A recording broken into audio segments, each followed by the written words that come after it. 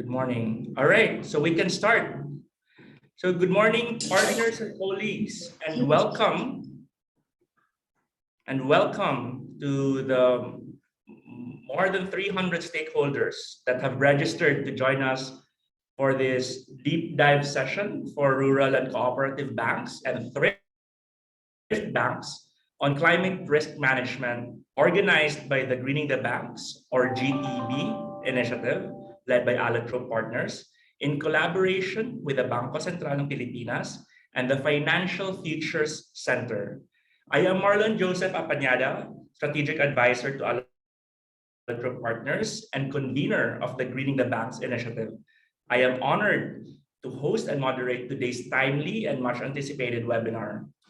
This second event builds upon the virtual convening that the Greening the Banks and the Bangko Sentral jointly organized on February 8th, wherein more than 500 financial industry stakeholders representing over 200 rural and cooperative banks, or RCBs, and thrift banks, or TBs, from across the Philippines participated in the discussions on the basics of climate-related risks and how these risks affect banking operations.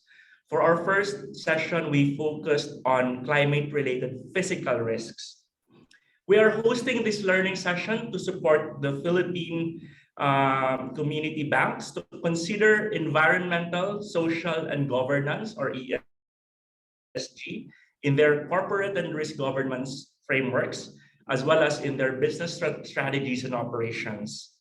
We start today's program with a quick refresher on what the Greening the Banks initiative is and give an overview of the highlights from the previous virtual dialogue, to be followed by an in-depth discussion on transition risk management and net zero target setting by Ms. Unju Park Ming, Senior Advisor at the Financial Futures Center. The Greening the Banks initiative is led by Allotrope Partners, a clean energy advisory firm headquartered in California with on-the-ground staff operating across Southeast Asia, including the Philippines. Allotrope co-leads several initiatives in the corporate RE advisory sector in the Philippines, including the Clean Energy Investment Accelerator. Next slide, please. Launched in the Philippines in 2019, this initiative seeks to build the capacity of Southeast Asian public and private sector financial institutions to actively participate in green finance. Through Greening the Banks, we are engaging with the different stakeholders to bridge the gap among banks, regulators, developers, and civil society organizations to unlock scaled green investments in the region. In the past year, we've had an opportunity to design and host, in collaboration with the Bangko Sentral ng Pilipinas and expert speakers, a series of dialogues on climate-related physical and transition risks and green finance challenges and opportunities. So next slide, please. To further set the context of this morning's training, we are highlighting some of the key takeaways from the previous webinar that we've had with if not all, most of you, last February. Bangko Sentral Deputy Governor Chuchi Fonasher highlighted in her keynote welcoming remarks that it is crucial that we understand the climate change risks we are facing, and this will equip and enable banks to design properly their strategic response and manage effectively their related physical and transition risks, as well as identify the opportunities in this space. DG Fonasher added that changes in government policy, technology, and consumer preferences are prompting a shift from coal to renewable energy, which may significantly disrupt different sectors of the economy, given that the Philippines, for its power needs, is 57% coal dependent. While thrift, rural, and cooperative banks generally have meager exposures to high carbon emitting industries, their exposures to businesses that are part of the entire supply chain suggests that these banks are not impervious to the potential impacts of climate-related transition risks. The financial sector plays a critical role in the transition to a low-carbon economy. Banks' investment decisions must consider the impact of environmental and social risks on the financial system and vice versa. Companies and institutions that address transition risks as part of a broader ESG effort will be better prepared to mitigate potential impacts. Dr. Jaime Arrecital-Alip, founder and chairman of the Center for Agriculture and Rural Development Mutually Reinforcing Institutions, or CARD-MRI, outlined impacts of climate-related events on the operations and risk management of community banks, including 1, increase in deposit liabilities, 2, increase in non-performing loans, 3, decrease in profitability and return on assets, 4, decrease in loan portfolio, and 5, increase in non-interest expenses.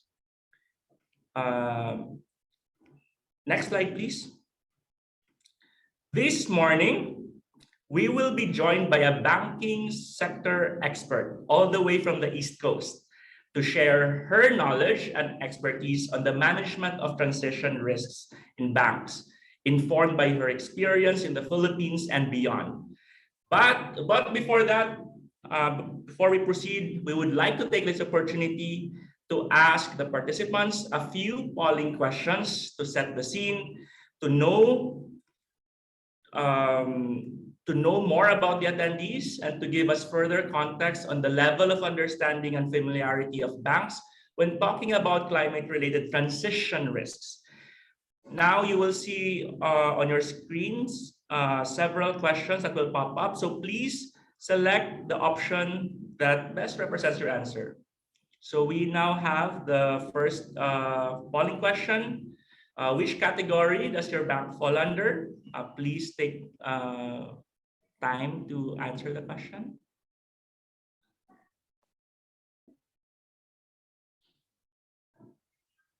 So we have a fairly balanced mix of rural and cooperative banks, as well as thrift banks.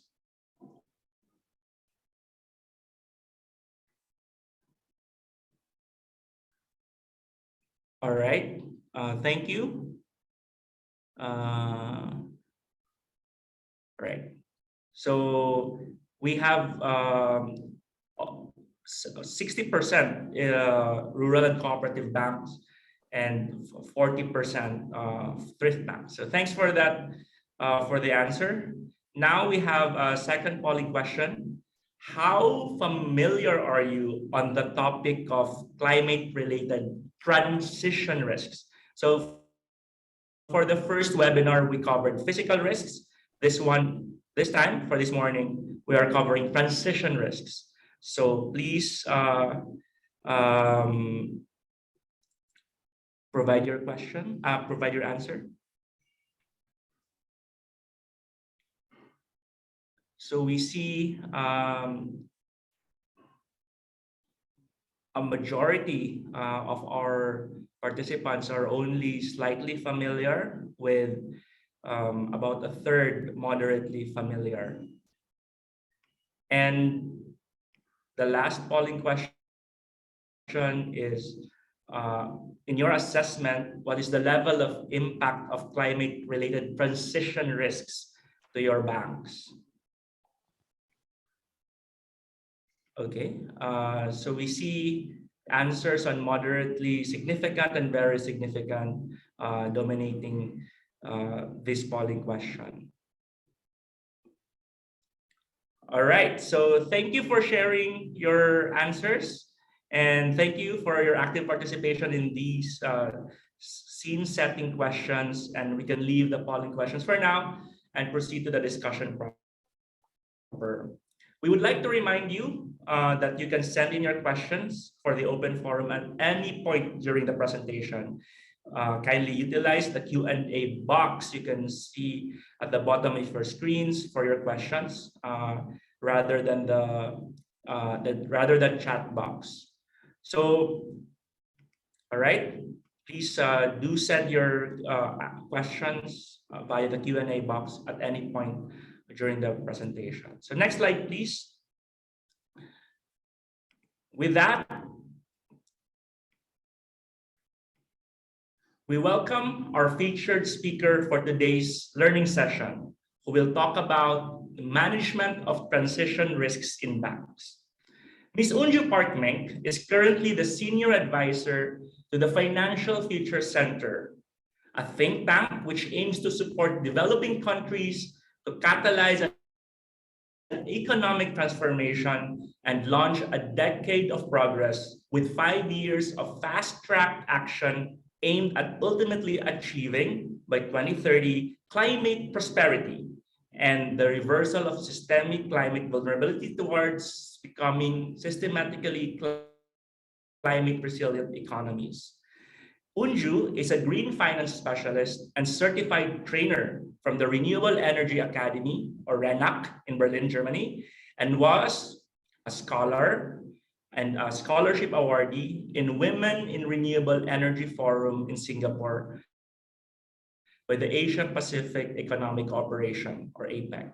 She is a recognized sustainable finance leader in the Philippines and beyond, and we are extremely privileged to hear her insights firsthand, which is one of the first platforms for her to share the findings from a report she co-authored just this year for the Financial Future Center on the topic.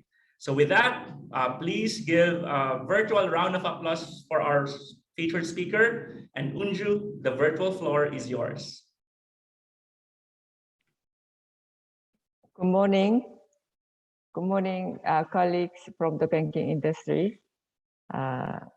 It's very honored and I'm very glad to share about the transition risk together and then discuss what we are facing in our the banking portfolio, and then how we manage all of this transition risk. Also this becomes our compliance in the Philippines. Okay, so I will start with my slide, share the slide, and then we will discuss what you want to ask. Okay. Okay.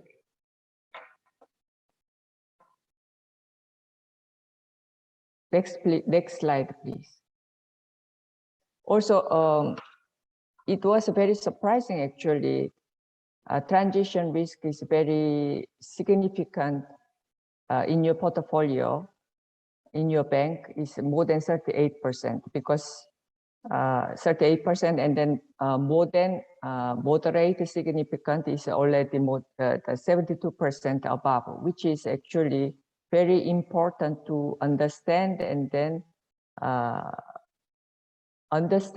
also how to manage the transition risk to your bank actually. So I hope today's discussion is very helpful to your the future, the transition risk management in your banking operation. Okay, so this is today's table of content and then to discuss. So basically there are 7 steps, and then how to manage the transition risk. So as I know, is most of them you are not very familiar.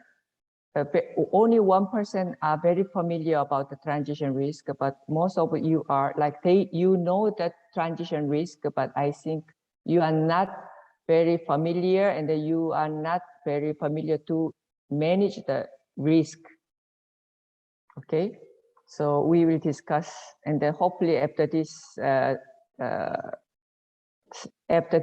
presentation, hopefully you understand better about the transition risk and transition risk management. Next slide, please.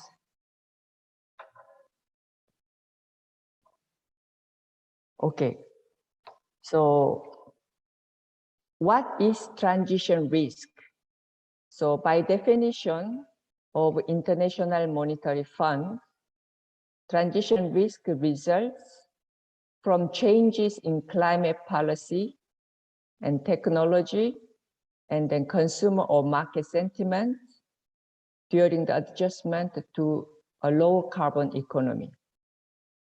So what is a transition risk asset? Transition risk asset are the bank-financed assets affected by changes in policy and technology over the course of transition to a low-carbon economy. The most significant example can be the fossil fuel power generation asset. So transition risks are one of the major risks affected by climate change, together with the physical risk and environmental and social impact risk as well. So banks should assess those three risks to identify what assets bank financed are affected. Transition risk exposure can vary significantly from one country to another and from one bank to another. So bigger bank usually has a more exposure to transition risk asset. And then also developing countries are more vulnerable to expose to transition risk.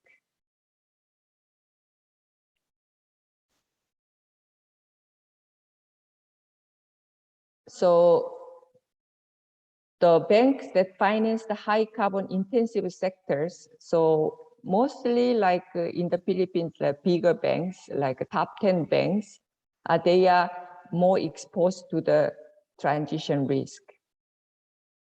Because the high carbon intensive sector is mostly oil and gas, mining, manufacturing, and then fossil fuel power, which actually rural and cooperative bank, I guess, you are not really exposed to that kind of industries. The next slide, please.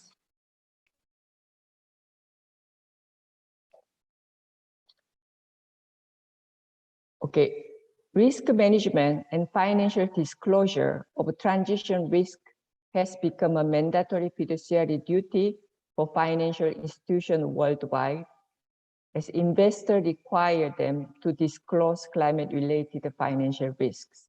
Especially in the big bank, a lot of pressure from the investors, especially foreign investors, they are looking at the transition risk asset in the bank, because this can be the later becomes a stranded asset, and then it affects the bank's profitability.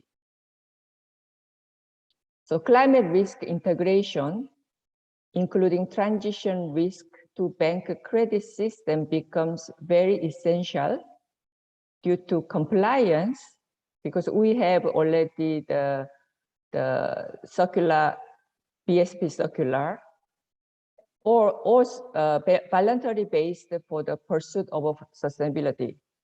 Voluntary based means nobody is actually pressuring, but still they consider, because it affects their profitability, because all the banks are actually at the end, they need the profitability. So transition risk is related to profitability of the bank. So even though nobody pushing to the bank to manage the transition risk, bank by themselves actually looking for this management. So as such, it's imperative for banks to assess transition risks in their loan portfolio, and then find the mitigating solution to those risks. So what is most of the time, what is the mitigating solution? What bank can do is monitoring, and then requires the relevant documents. So regularly, important is also regularly. The bank should identify the best also valuation model or metrics to assess financial risk from their carbon intensive assets. The transition risk integration process involves a series of steps. So first, bank should do assessment. And the second is a quantification of a financial impact. After that, the bank can integrate to credit system. And then lastly, reporting. So this is a lengthy process and requires a bank to first build up is internal capacity. So this is important also, internal capacity. You should understand, even though your bank is not directly exposed, or your bank is not doing directly assess. For example, you hire the third party, you should understand, because you know your portfolio better than any other third party. So that is very important. Internal capacity, you must build up internal capacity. So employ custom fit technical tools and establish a task force. Usually they should have the task force, some teams in the bank to implement the steps.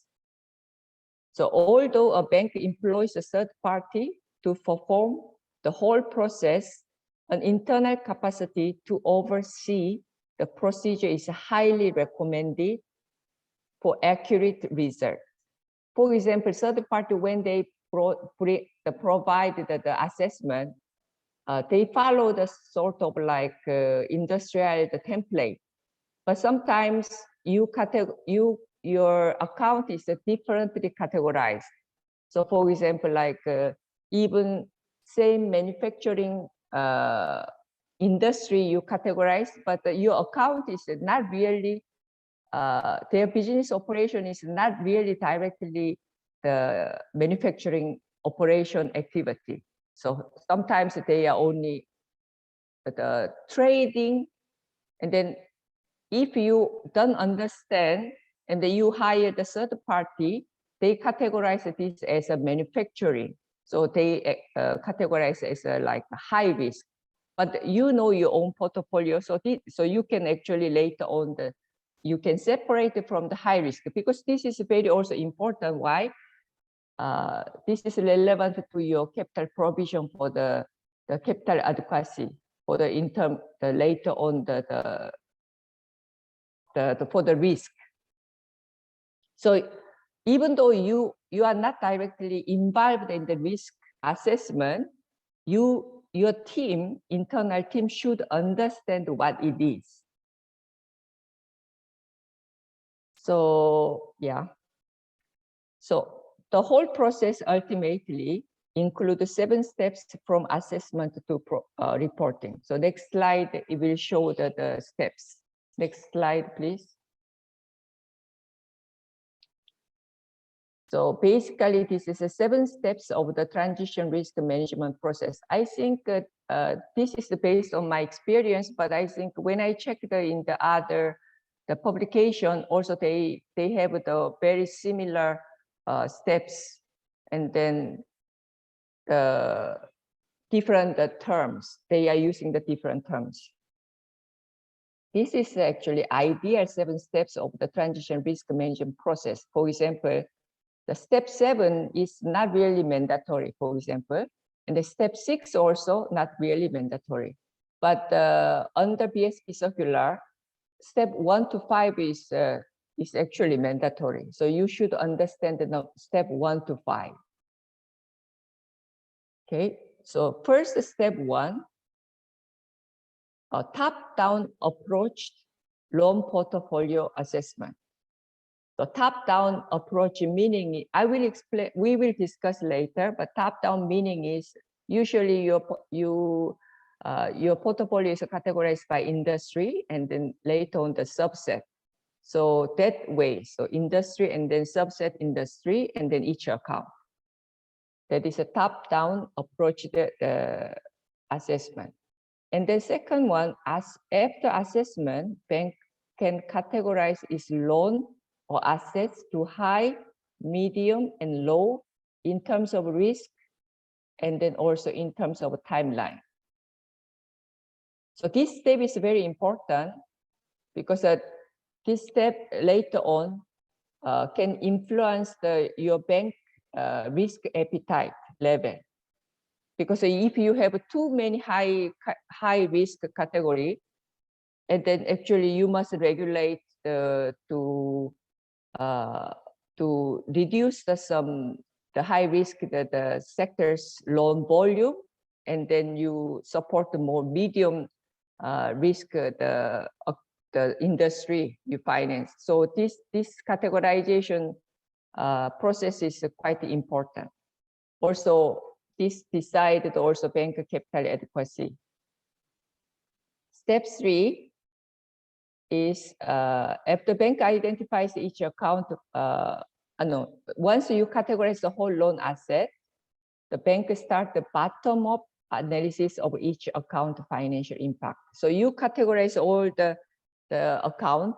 So some account goes to A category. A means high risk. Some accounts goes to B. So A, B, C like that. After that, now you have each account in each category. So you must analyze each account's financial impact by all these policy changes and technology changes. After bank identifies each account financial impact, after that, bank can integrate those impact to current bank risk management system. So that is the step 4 system. Fourth step. So for example, step 4, like if you have internal team, if you don't, even though you hire the third party, you should, the technology team should involve in this step 4. Step 4 and step 5 actually. So step 5, with integrating those impact to bank risk management system, bank should simulate the stress testing what level their risk appetite can be.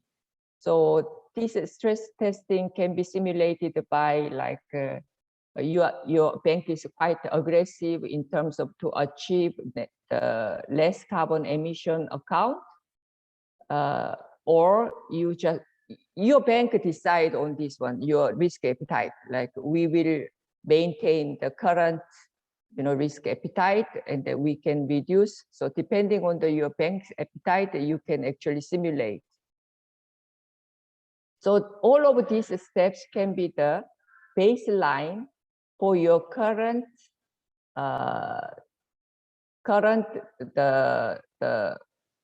base. This assessment can be your baseline for the future setting of the target setting toward the net carbon zero.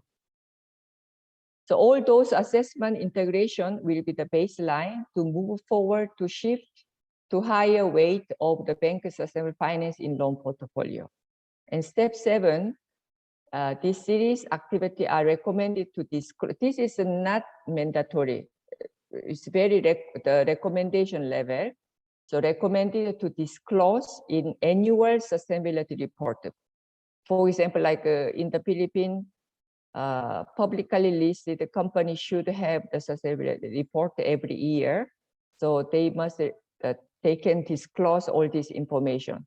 But as I know, it's they disclose the limited information.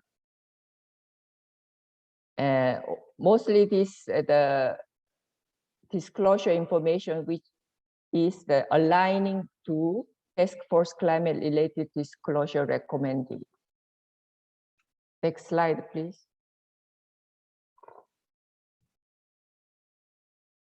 Okay, so this is from now on, it's quite a technical things, technical steps. So this is the first step one. So there are 4 procedures. So the following steps are recommended for banks assessing transition risk assets. The first one is set the scope and build the transition risk assessment metrics by risk factors. So you can actually design in the Excel sheet. If you have internal capacity, you can design these metrics. So risk factor, policy, legal, technology, market demand, and then also by location. But I think if a very national bank, not necessarily geolocation. Geolocation is actually related to the multinational bank when they have assets overseas. But I think rural and Thrift and the cooperative banks doesn't have the overseas assets. So I don't think it's related to your banks. So risk factors and then carbon intensity. This is very important, right? Moderate, medium, and high. And then transition risk term, short and medium or long term. So you can actually establish some metrics. So first thing is, so you establish metrics, and the second one is identify each sector's potential shift in policy, technology, market demand, and legal implications. So what kind of policy is coming now? You should review it. So for example, like in the fossil power fuel, the power generation, there was announcement to call moratorium in 2020. So what kind of impact can be done by this announcement? This kind of should be analyzed. So these are the primary drivers of change that can decrease market demand, resulting in potential stranded assets.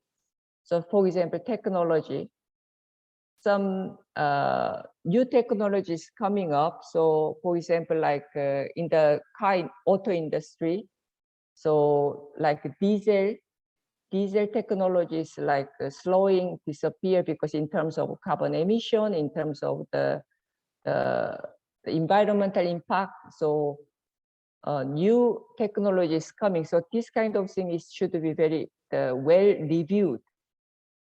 But I think this is mostly like bigger bank they are facing.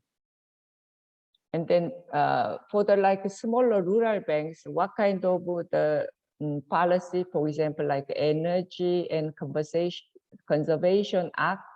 So for example, like agribusiness, sometimes they need to increase some efficiency in like poultry farms, all these things.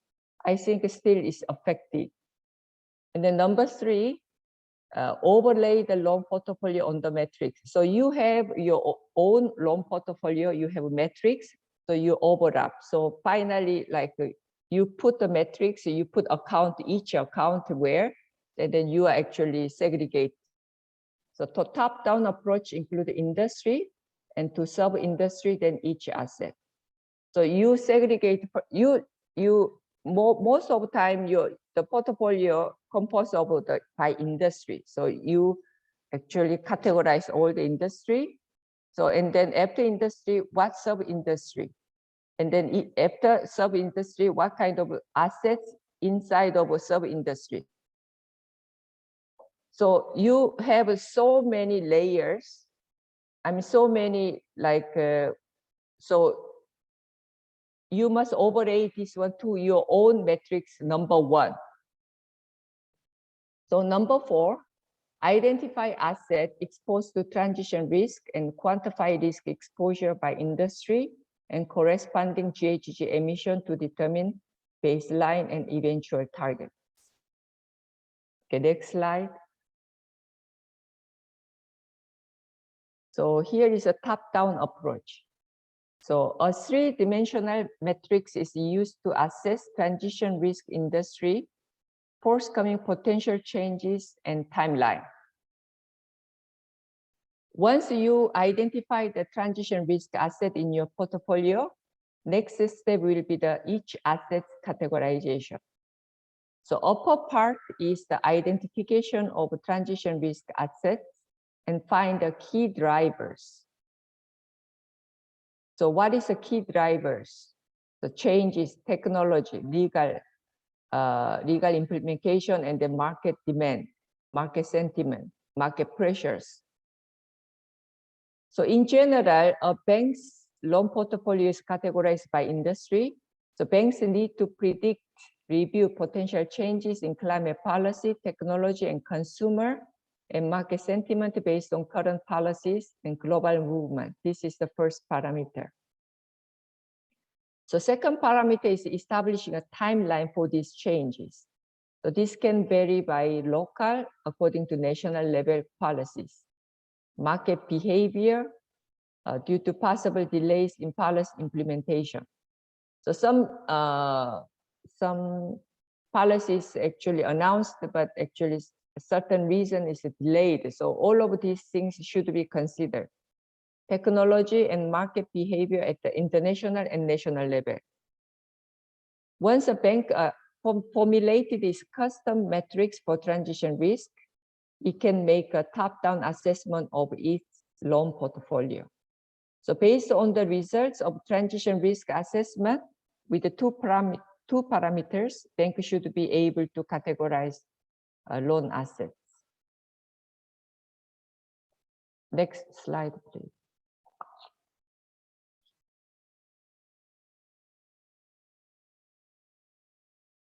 So in general, the industries has high transition risk include fossil fuel-based power generation, mining and oil and gas, chemical, steel, and steel manufacturing and shipping and logistics, as those industries are heavily dependent on fossil fuel-powered electricity for their business activities.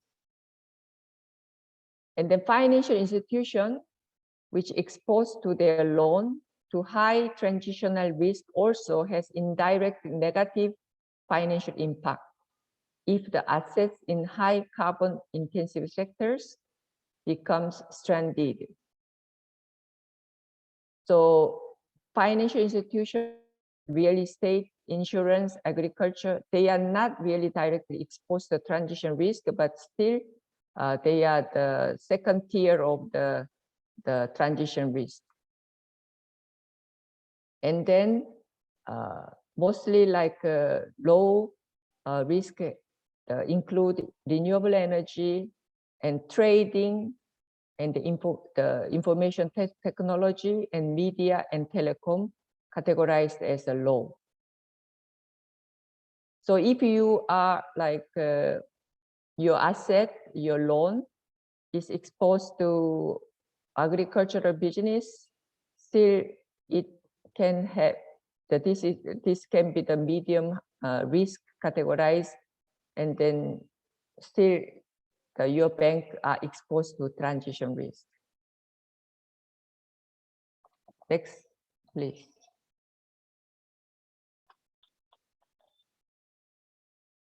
So financial impact quantification. So transition risk has a potential negative effect in short-term liability or long-term profitability. So because bank assets comprise loans, interest income, and fees, while liability comprises deposit and long-term borrowings, which is different from the typical corporation's financial statement.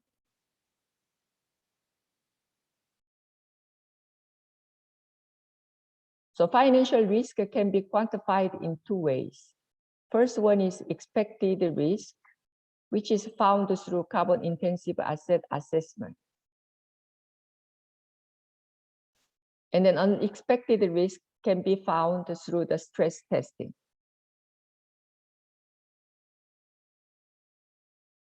So macro and micro key drivers, asset prices can be used to estimate the financial impact of expected transition risk.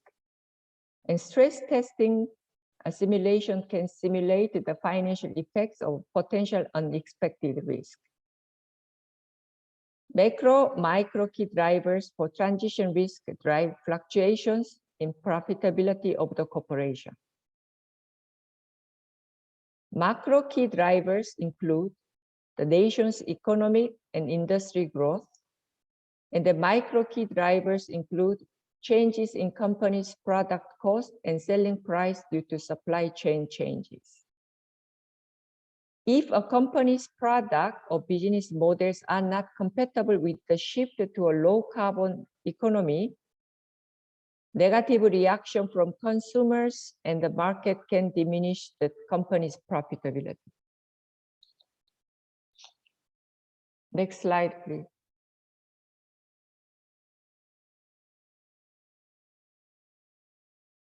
Okay, financial impact flow. This is the bottom-up analysis. So first things you had top-down analysis. So you categorize, and then now bottom up, because to measure, to quantify financial impact. So once bank complete assessment and categorization, it is time to analyze the bottom-up analysis of each account based on financial impact key drivers. So I mentioned about the micro and macro key drivers. So what kind of impact can be done to this each account? You should understand, for example, like economic growth, the nation's economic growth affected your business, your account, your client business better. So this can be the increase the profitability. So financial impact is positive. So it's the sort of like if we talk about the scoring system in terms of scoring, it can be the positive impact, vice versa also. So bank should collate the financial impact data of your client with the carbon intensive assets and score this based on ESG scoring metrics. So these ESG scoring metrics can be done by your bank or can be hired by the third party, can be actually developed some templates by the banking community. So left side shows each account bank finance. So you have account, you have a client, company 1, 2, 3, 4, 5. So depending on the financing impact, each account can be categorized again, high, medium, moderating. So impact, what kind of, depending on the impact, you can also categorize. And then you can have, from there, you can have a scoring. You can have a scoring system. So you can segregate, like in terms of ESG. So due to the policy changes, the financial impact can be the positive or negative. So it affects the ESG scoring of each client. So and then after that, you categorize again high, medium, moderate. After that, you again integrate it to your financial statement. So what kind of impact to the bank financial statement, quantification of financial impact to the bank. So first, your client has a negative impact. Of course, the bank can have the negative impact later. How big? If this account has a high impact, of course, this affected to the bank's profitability highly, negatively, high, negative. So you have the process. So this is a sort of like each client financial impact, how this impact to your bank financial statement. So this procedure, okay. It's quite a bit, this transition risk management is quite very technical actually. So for example, today we discuss about this one. You don't have to remember all details actually, because this is very technical oriented, but you should understand what is the overall transition risk management flows. So if you have internal capacity, of course you can develop, but most of the bank doesn't have the capacity.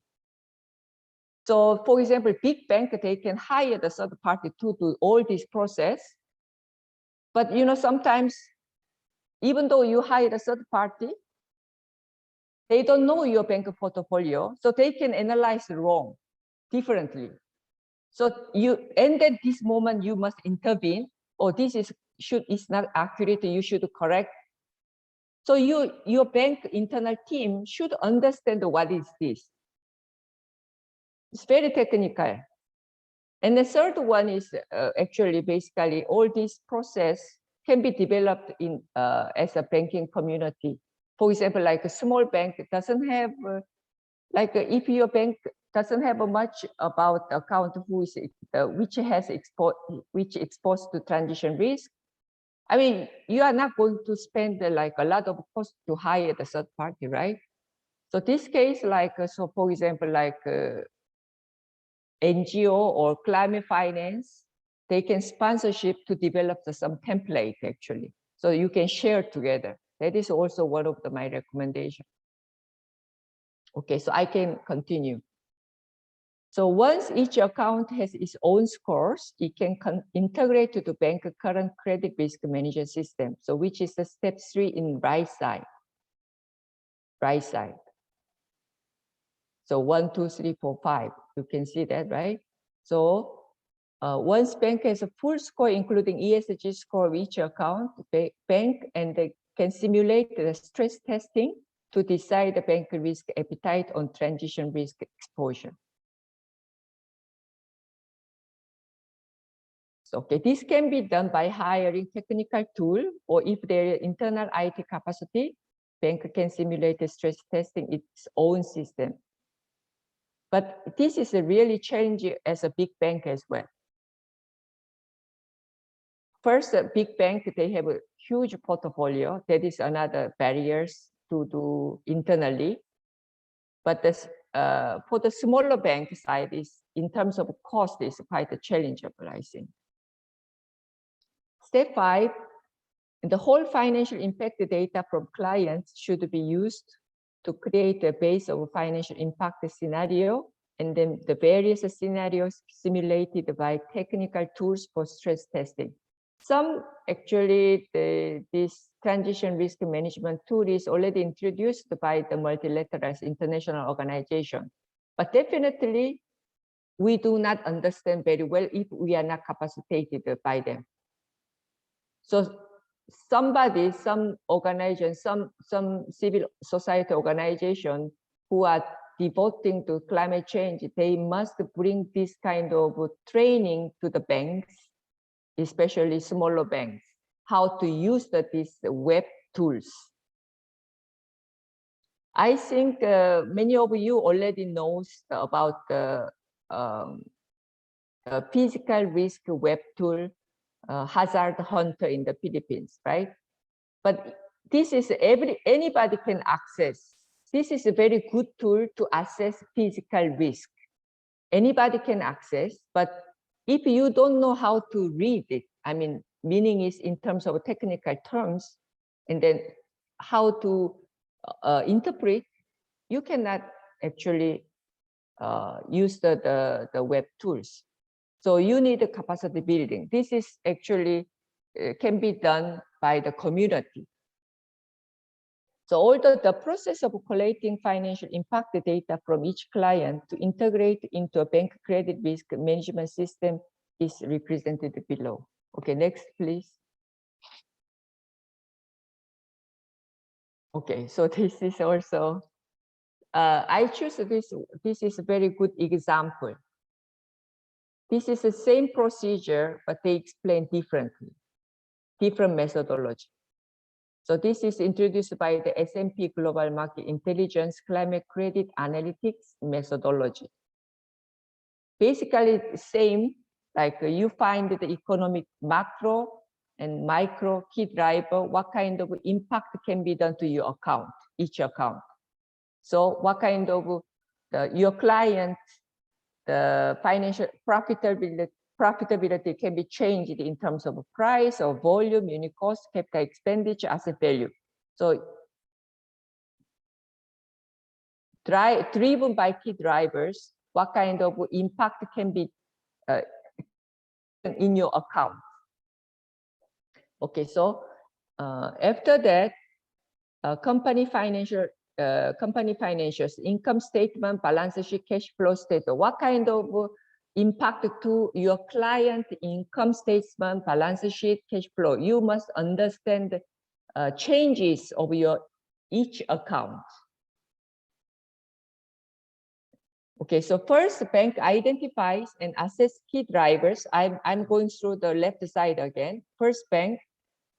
First of all, bank identifies and assess key drivers to translate the impact of scenario on a company's financial statement.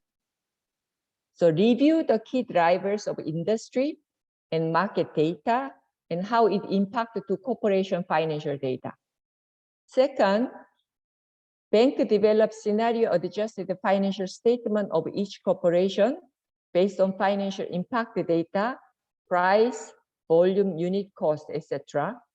Lastly, bank create a linkage between scoring model metrics, the scenario-adjusted financial statement, and rerun model.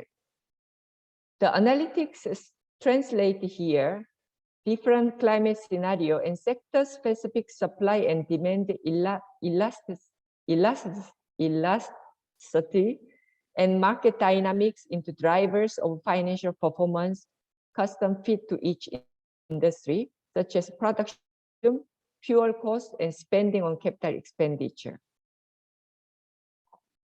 These drivers are then used to forecast the company financial statement under various climate scenarios. The model allows the users to perform a detailed analysis of the sensitivity and contribution of a specific financial factor to the credit score, which is equivalent to an ESG score. This determines the impact of a given climate scenario on credit risk rating through the model driver and impacted financial ratio. The procedure also requires downloading batch financial data, running the resulting output through the bank's own credit rating models. So this is just one of the examples that S&P actually offer their analytics methodology. They are selling on this one to the client, actually. But this is basically same procedure what I explained in the former slide. Next, please.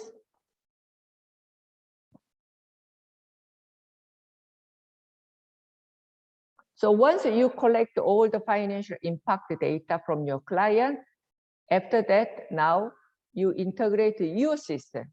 Like what kind of impact can be done to your the loan portfolio? What kind of impact can be done to your bank? So as climate risk become reality, banks should build client ESG risk scores, which integrate into their credit systems. These scores is calculated based on financial impact from climate risk, including physical and transition risk. A client's credit score can fluctuate based on the sustainability of their business because credit score can be every time changes, depending on the market situation, depending on their business operation. In this case, it's depending on some transitional policies and the new technology.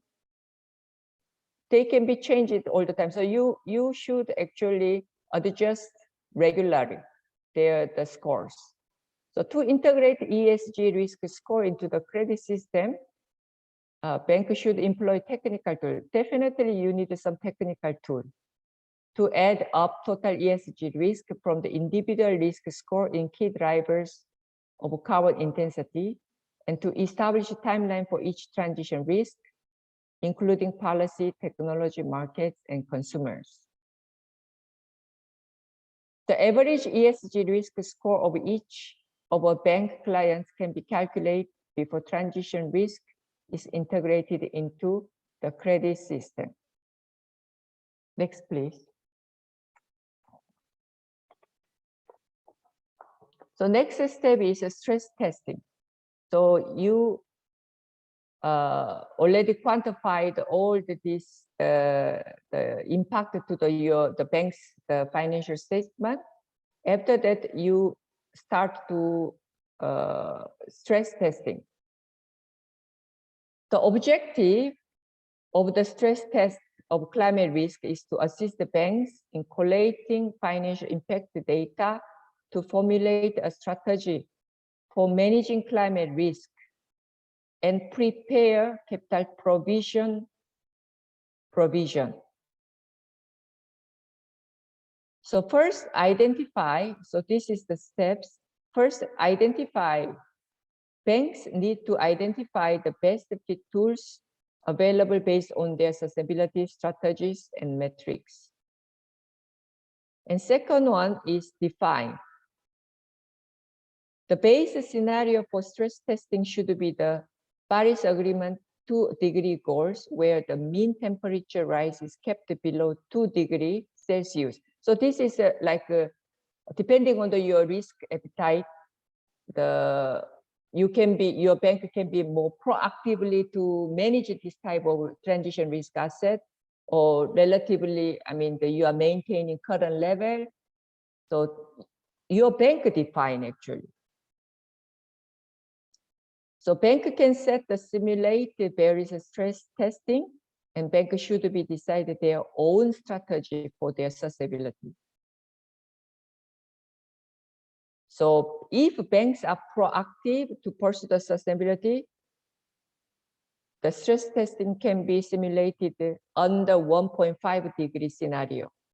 So like if to achieve this scenario is like accelerating decarbonization scenario. So the bank appetite should be in terms of transition risk, you reduce the transition risk asset below some level. And bank should also simulate other scenarios such as business as usual or soft decarbonization where warming is kept below 3 degrees, and accelerated decarbonization at 1.5 degrees. But at the moment worldwide, 1.5 degree scenario is widely considered preferable to a 2 degree scenario. Banks can adopt 1.5 degree base scenario if they are proactively involved in climate change mitigation. So at the end, integrate. Bank's financial model based on scenario findings, bank can integrate the system to identify the bank risk appetite. And accordingly, these findings can be adopted to their near-term or medium-term strategies and targets. Next slide, please.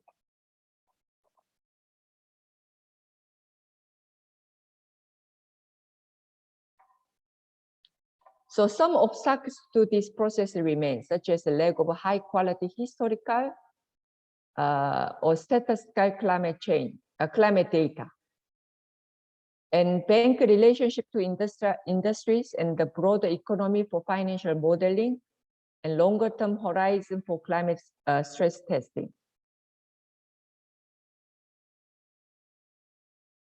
To achieve the stress testing properly, first one is that definitely you need technical tools, but in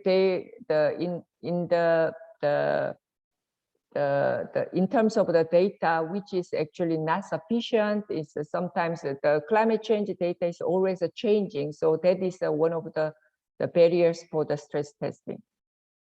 And the next step is target setting net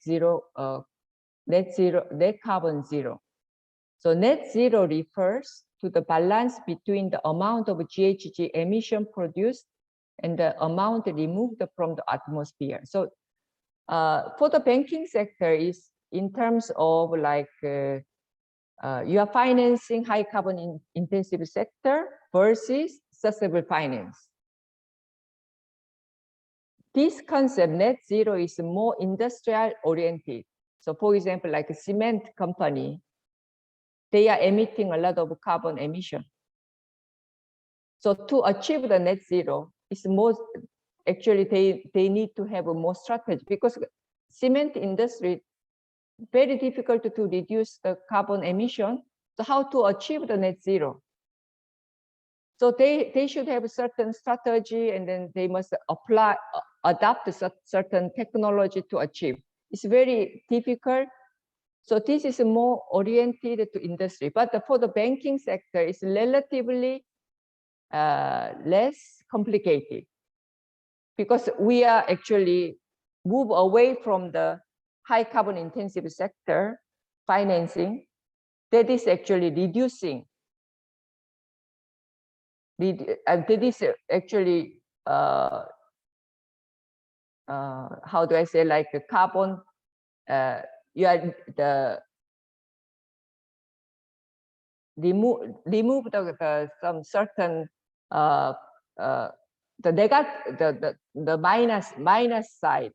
If you the more financing to renewable energy or some sort of like a smart agriculture, which avoid the carbon emission, that is positive. So that is a plus minus, and then finally at the end it becomes zero. So to the banking sector is relatively, I think, is more achievable actually. And net zero and carbon neutral commitment are on the rise since 2021. This is actually new concepts from last year. So they are talking about all the time net zero, meaning is you finance more smart, some climate oriented the project, climate loans, which actually contribute to more positive side. If you have some loans which actually that business operation contribute to more like high carbon emission, and then you move away. So that is also minus side. So you reduce the carbon emission, and then you support more green finance, meaning is more positive. So plus and minus, and then you achieve the actually net zero. So net zero okay, so this is the same description. So during the transition risk assessment, banks should quantify carbon emission from their carbon intensive assets and make this the baseline when setting carbon reduction target. Next slide, please. So final step is the disclosure. I do not think it's mandatory to the rural bank and then Thrift bank and the cooperative bank for this procedure, but still you need to be aware about if your investor requires certain your bank's accessibility, at the end you must disclose. This is very ideal. So for example, like a multinational bank, they disclose all these details in the annual report. That is ideal, but it's still developing country. If they have they finance the high carbon intensive sectors, they basically they are reluctant to disclose all of these things to the in the report, because it shows that your bank is actually financing all these dirty assets, which actually can be stranded asset later on, and then impact the financial profitability later. So they don't want to show they don't want to disclose to their investors. But I think in theory, disclosure is very recommended. So banks' financial disclosure in relation to climate risk, including transition risk, provide vital information to the investment side. This is important information about this financial sustainability to stakeholders. So one well-accepted disclosure standard is the framework set out by Task Force on Climate-related Financial Disclosure. So the TCFD actually provide all the guidelines about this disclosure in terms of governance, in terms of strategy, how to set the strategy, and then what should you do in terms of governance, and then in terms of risk management, what should you do, metrics management. So actually TCFD provide a very detailed guideline. So these 4 pillars are intended to interlink and inform each other. It cannot be separated. Your risk management is basically baseline for your strategy later on in the future. Risk management comes from your metrics and management. Without the governance, you cannot. Governance is the really baseline to practice your ENS, actually, environmental social. So governance is really important to provide the baseline of all these management, climate risk management. The whole climate and transition risk management process, from assessment and target setting to financial disclosure, is important in helping banks achieve sustainability goals. This is very ideal. Currently, banks around the world publish a separate TCFD report in addition to an annual report. So this is the very ideal for the also multinational bank. They are also signatory of this or TCFD initiative. But the smaller bank also, they can participate, and then also all this initiative. But I think less affected by all this movement. But still, as you mentioned, you recognize that your bank is actually exposed to the significantly around 38%. So you should follow all these steps, and then ideally you disclose also your all the exposures in these carbon intensive sectors to your investors and then to your stakeholders, and then also this is ideal for your finally for the compliance in the Philippines. Okay, next please. So conclusion is climate risk integration to bank credit system is not only for the compliance purpose, and it is essential component for banks' profitability as well as sustainability. I think that's it. Thank you. Oh, thank you so much. Yeah, basically, I have two publications on about the transition risk. First one is the transition risk for the commercial bank. So you should actually read on this one, because otherwise, if you are not reading on this one, actually this part is relatively difficult to understand. So this is the second part of my publication, the transition risk management. So before you have your bank is managing the transition risk, you should understand what is a transition risk. So I recommend to you to read also transition risk to the commercial bank. What is that? Yeah. It's too lengthy. No, presentation. no problem. I mean, this is one of the first platforms that we've been able to hear about the findings of the second publication on transition risk management, and in our key takeaways email to everyone here, we will also give you the link of that first publication on the introduction to transition risks. Correct, Unju? So the first one is really a 101 on transition risks, and the second publication is on transition risk management, which is the content of today's webinar. Actually, this is very technical oriented. So only 1 hour I cannot deliver all this technical actually knowledge to the community. So for example, like after this presentation, at least what kind of components are inside of the transition risk management. If you understand, if you aware on this one, that is already enough, I think. Okay. Yes, we will share the links to the publications, and then we will make sure everyone has an access to those links and a copy of the presentation as well.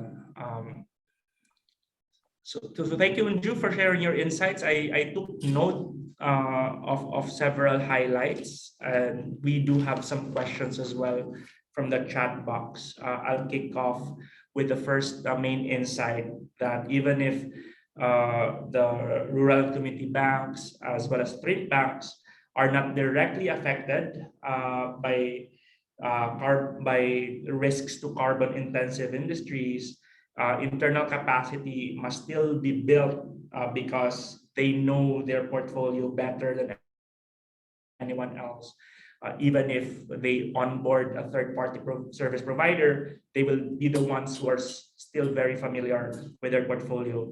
So there's a question here related to that.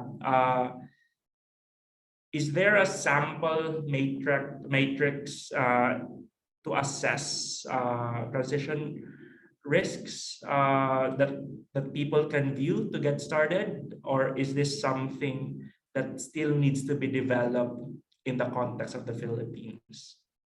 Okay, actually, the audience, the rural banks, cooperative bank, I wonder how many accounts they have in their loan portfolio. So if they have like less than 1,000 accounts, because all 1,000 account is not affected by the transition risk. Actually, that is actually manageable to develop the system manually. If there is a there is a bad challenges to cover the cost. There is a web, actually UNEP, United Nations Environmental Program, I think, they already introduced the transition risk framework.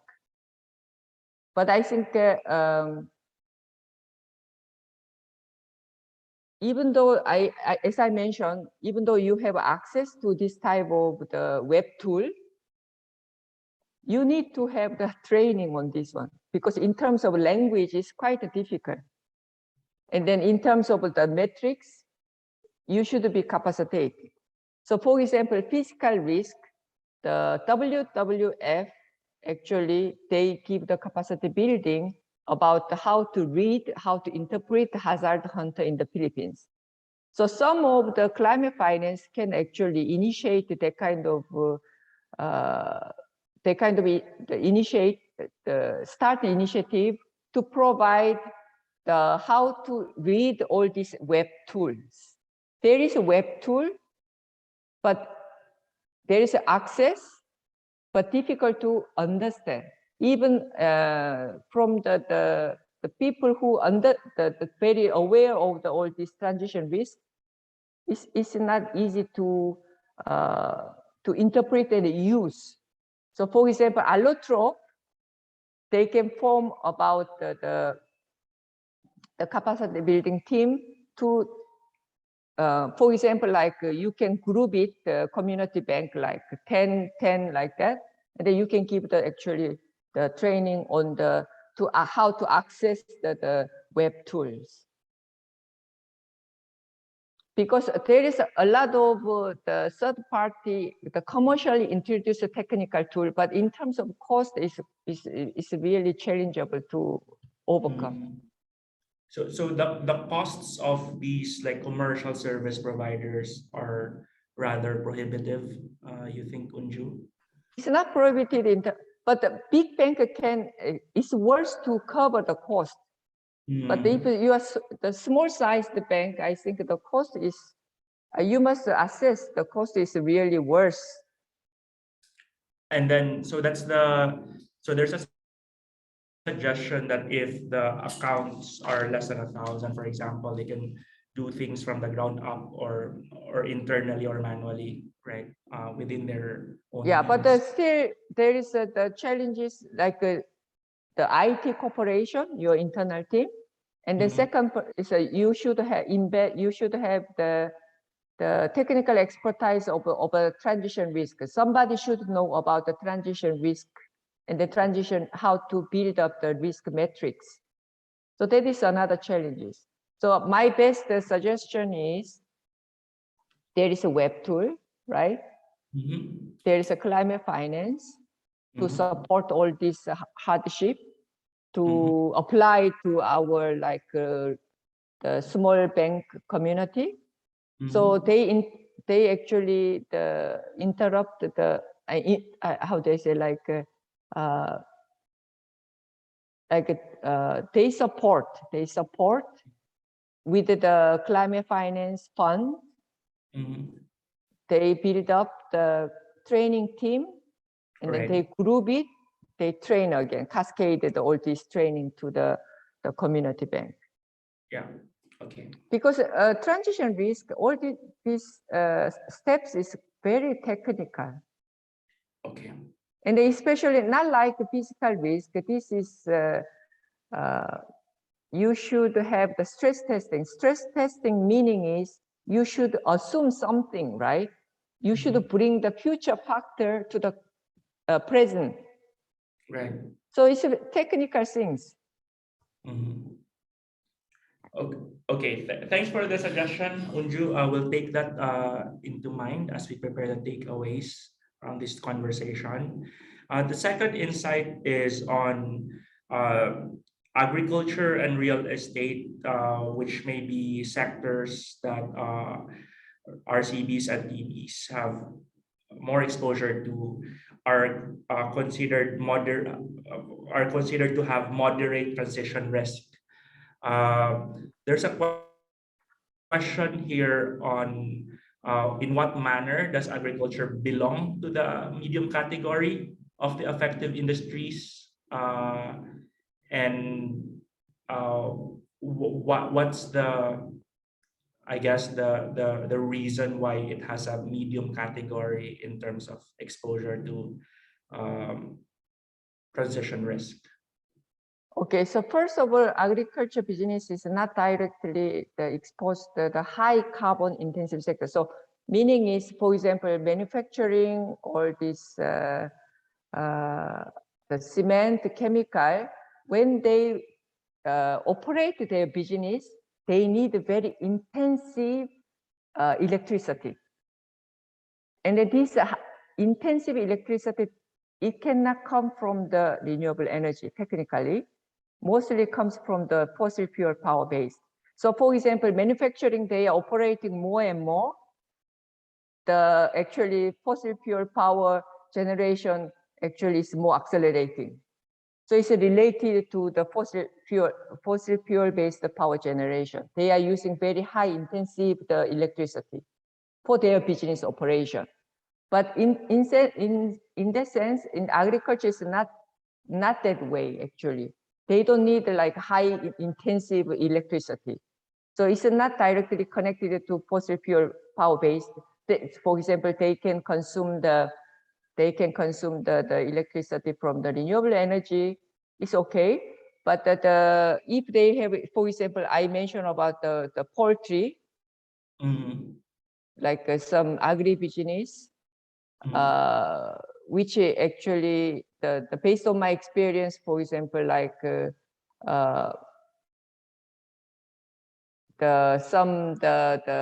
poultry farm, they need to have some efficiency. To have efficiency operation, they need to change the facility. For example, tunnel ventilations, this kind of thing. So this is actually can be affected by the policies, like Energy Efficiency and Compensation Act, Conservation Act. That act requires like 1% efficiency every year. They request to the client.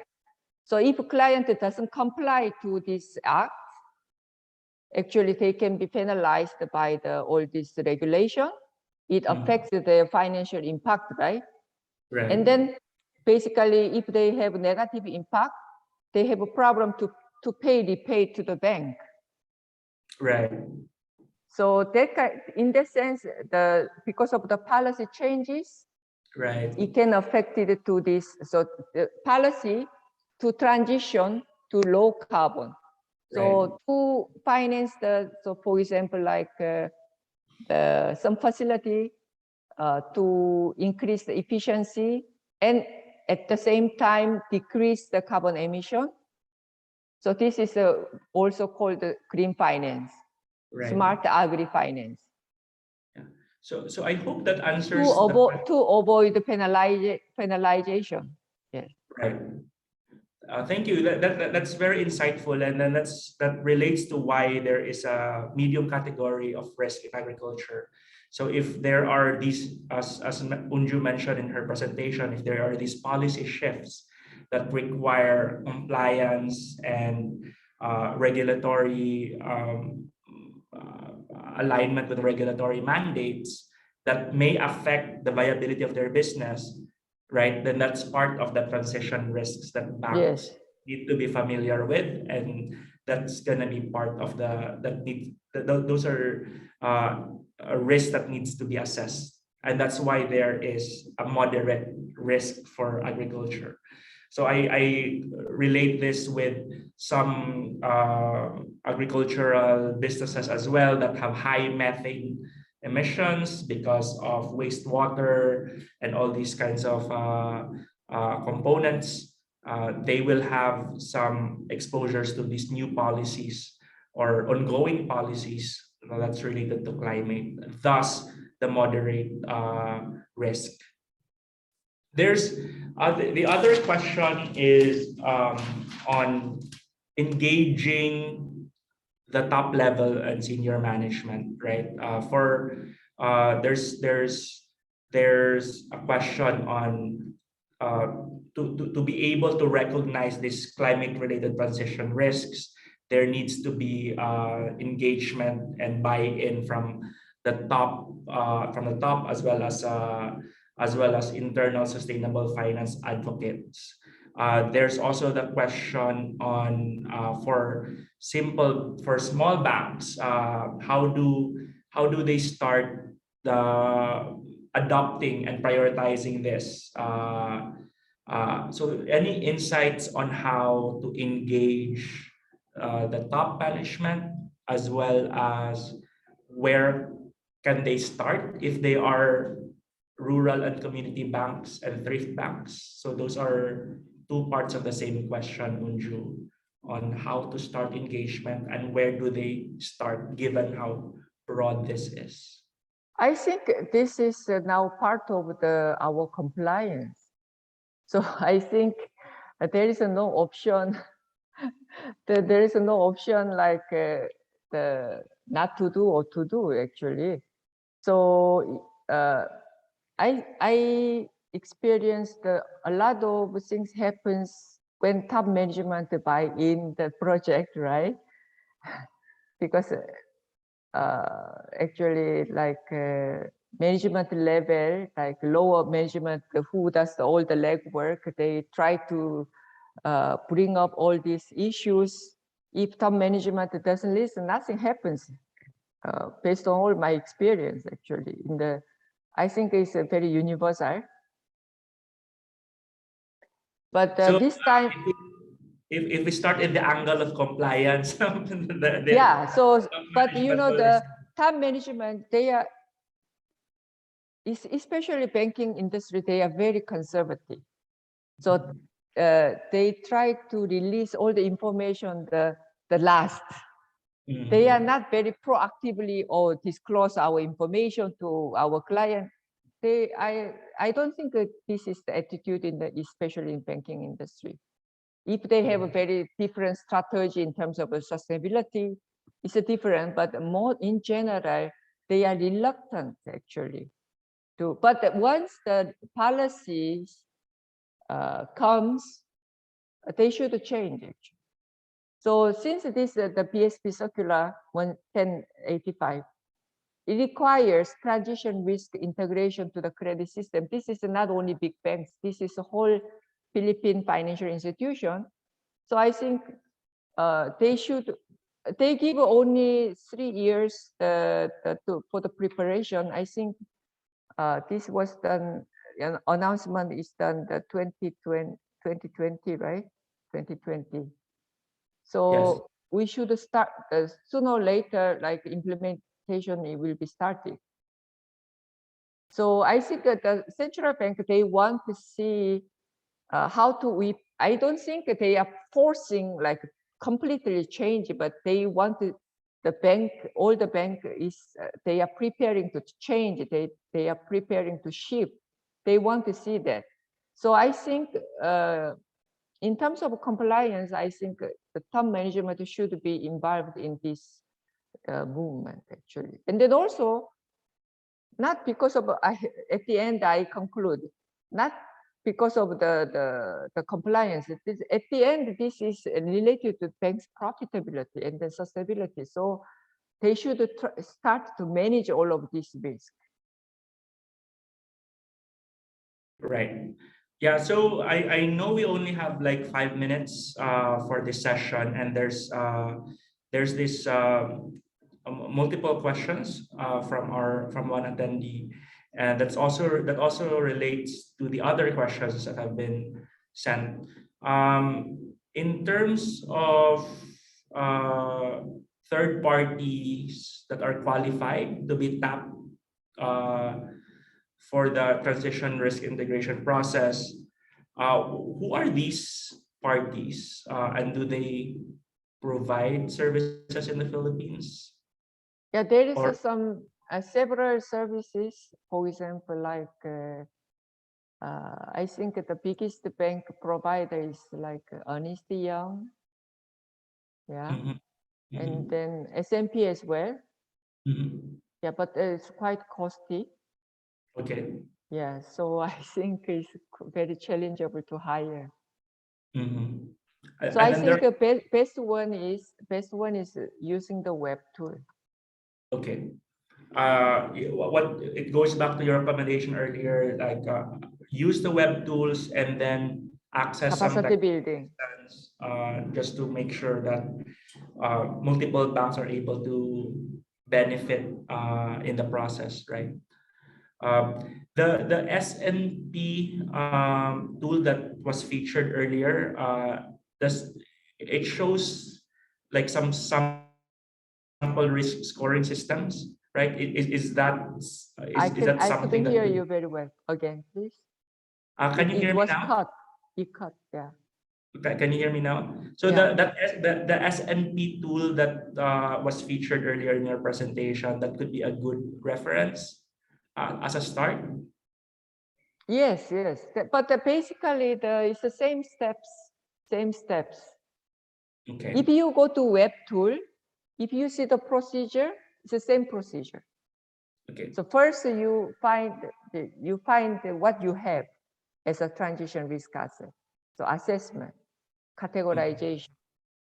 After categorization, the financial impact assessment. And then this financial, each account, the financial impact, how affected to your bank's account. And then finally, you have the certain data for your bank.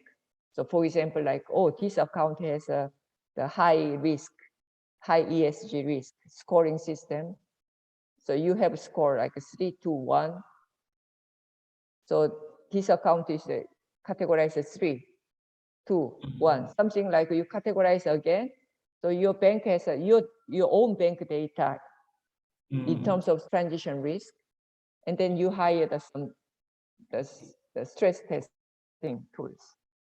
Right. And then this is Basically, not, all the web tool is the same procedure. S&P, the procedure is the same tool, different language. right. And then this is not a single web tool. When we say web tool, we just search online. There are several suggestions that would pop up, right? In terms of Yeah. like the So web tool. I think also, for example, like the UNEP, they have a web tool. They actually introduce, but this is international level. Right. So this should be customized to the Philippines. Right. So somebody should be done in the middle to make some platform. It is my suggestion. Okay. Yeah, there's also some questions about target net zero, as well as on what could be done on steps 6 and 7 if they're not mandatory, but we can just relay that over email, Unju, and see if we can answer these other questions. I think there's an interesting last question here. If a loan falls on the medium risk or high risk category in terms of transition risks, does it mean that they will not grant them the loan, or is it No. what would be the Definitely. what would be the interpretation of it, for Yeah, example? okay. So if this is high and medium, you monitor. Management, in terms of management, you cannot do anything in terms of like, you cannot involve their operation, business operation. What you can do is requiring document. Every semi-annually or annually, you require relevant document. So like environmentally okay, which is the DNR, the issue the environmental clearance, right? ECC document. That kind of document or monitoring report. That is what bank can do it, because we cannot involve directly business operation. So you lend, but you are monitoring. Thank you for that clarification. And I know that we are already, we envisioned this to be a 60-minute conversation, and now we are at the 90-minute mark. So at this juncture, I would really like to thank Ms. Unju Parknik for sharing us your valuable time and your experience and insights. And we will. One more thing is, actually, I by myself and then some teams, we actually developed the metrics, and then by manual. So it's actually, it can be done by internally in the bank. But somebody should understand about what is a transition risk, what is a categorization, all this procedure. If they know, actually they can be done internally. Yeah, thank you for that insight, Unju. And hopefully, it's something that we could work together in as a community with continued support as well as inputs from the Bangko Sentral on how we could use web-based tools as well as facilitate technical assistance to better capacitate our RCBs and TBs, right? Moving forward. So with that, we end this session today with lots of insights and takeaways which we will share, as well as the links to the publications Unju has authored and a copy of the presentation as well. For this, we sincerely thank our audience. We hope to be able to answer the remaining questions that have been raised. But unfortunately, we've run out of time. But we do hope we can continue liaising with you, empower you, and make sure that you are all equipped in your sustainable finance journey.